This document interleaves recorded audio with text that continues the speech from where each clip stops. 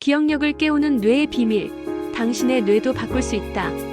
안녕하세요. 오늘 우리는 몸에서 가장 신비롭고 놀라운 부분 중 하나인 뇌에 대해 이야기해 볼 거예요. 특히 이 뇌가 어떻게 정보를 기억하고 또 우리가 어떻게 하면 기억력을 더 좋게 만들 수 있는지 그 비밀을 뇌과학의 눈으로 파헤쳐 보겠습니다. 우리의 뇌는 기억 천재. 뇌의 놀라운 능력과 기억의 중요성. 여러분은 혹시 며칠 전에 먹었던 저녁 메뉴를 기억하시나요?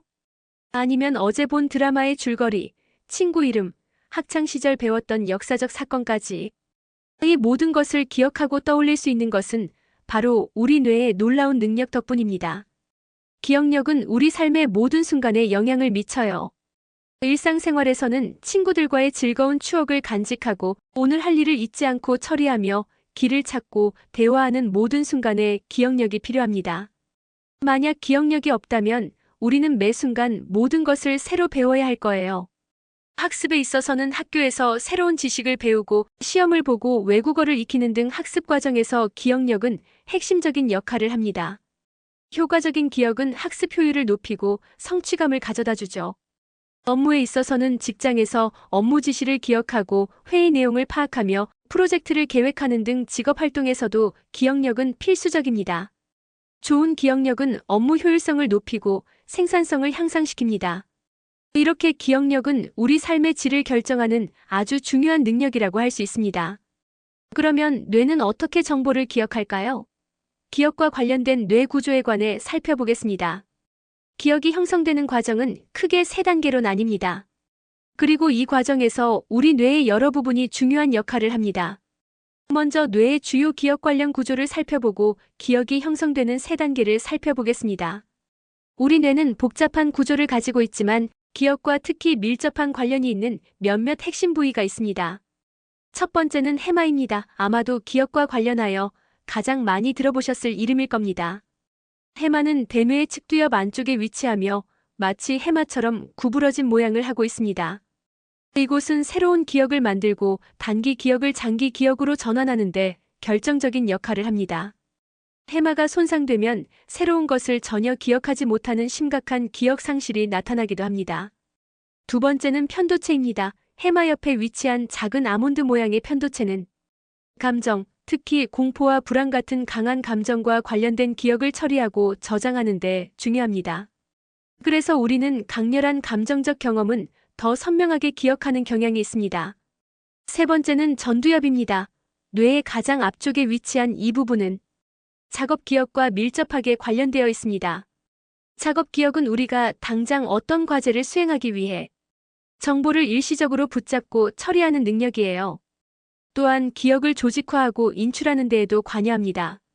네 번째는 손해입니다. 주로 운동 기능과 균형을 담당하는 손해는 절차 기억, 즉 자전거 타기, 악기 연주, 수영 등 몸으로 익힌 기술을 기억하는 데 중요한 역할을 합니다. 지금까지 기억 관련 뇌를 살펴보았습니다. 이어서 구조 기억의 3단계인 부호와 저장, 인출에 관해 살펴보겠습니다. 이러한 뇌 구조들이 협력하여 기억은 다음 3단계를 거쳐 형성됩니다. 첫 번째는 부호화로 정보를 처음 받아들이는 단계입니다. 마치 컴퓨터가 소리, 그림, 글씨 같은 외부 정보를 0과 1의 디지털 신호로 바꾸는 것처럼 우리 뇌는 감각기관을 통해 들어온 정보를 뇌가 이해할 수 있는 신경신호로 변환합니다. 이때 정보를 얼마나 의미 있게, 깊이 있게 처리하느냐가 중요합니다. 예를 들어 그냥 읽기만 하는 것보다 소리내어 읽거나 그림을 그리거나 다른 것과 연결지어 생각할 때 부호화가 더 잘 이루어집니다. 두 번째는 저장으로 부호화된 정보를 뇌에 보관하는 단계입니다. 이 과정은 단기 기억에서 장기 기억으로의 전환을 포함합니다. 해마가 주로 담당하며 정보가 뉴런 간의 연결을 강화하는 방식으로 저장됩니다. 잘 저장된 정보일수록 오래 유지되고 쉽게 잊히지 않습니다. 세 번째는 인출로 저장된 정보를 필요할 때 다시 꺼내 사용하는 단계입니다. 시험을 볼 때 친구 이름을 부를 때처럼 저장된 기억을 찾아내는 과정이죠. 인출 과정은 단순히 정보를 불러오는 것을 넘어 기억을 다시 활성화하고 강화하는 역할도 합니다. 우리가 어떤 정보를 자주 인출할수록 그 기억은 더 단단해집니다. 다음은 신경 가소성이 무엇인지를 살펴보겠습니다. 과거에는 나이가 들면 뇌는 더 이상 변하지 않는다고 생각했어요. 하지만 현대 뇌과학의 가장 놀라운 발견 중 하나는 바로 신경가소성입니다. 신경가소성이란 우리 뇌가 새로운 경험, 학습, 환경 변화에 따라 구조적, 기능적으로 변화하고 재배열될 수 있는 능력을 말합니다.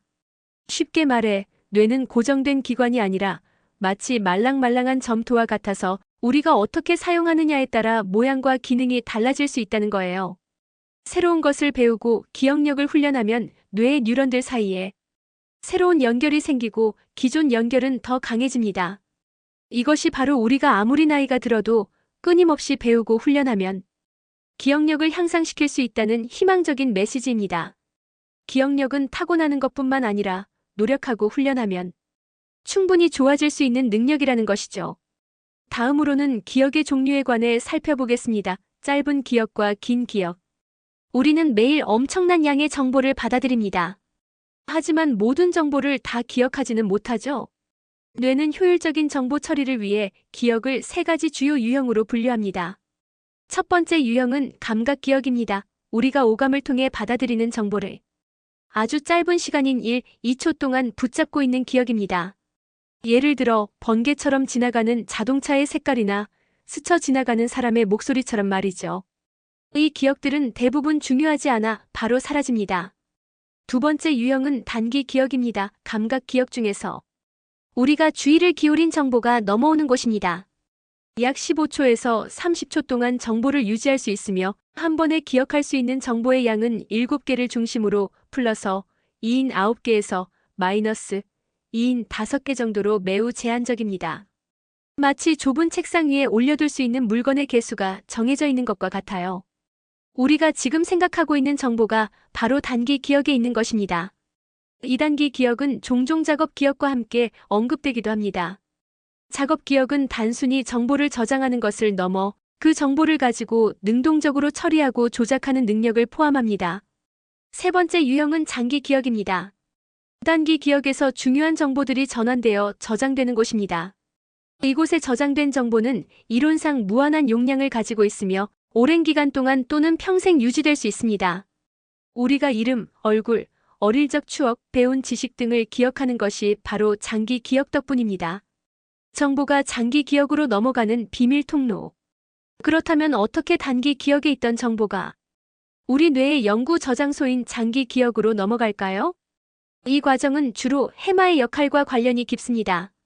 단기 기억의 정보가 장기 기억으로 전환되기 위해서는 반복 학습, 의미 부여, 기존 지식과의 연결, 감정 연결 등이 중요합니다.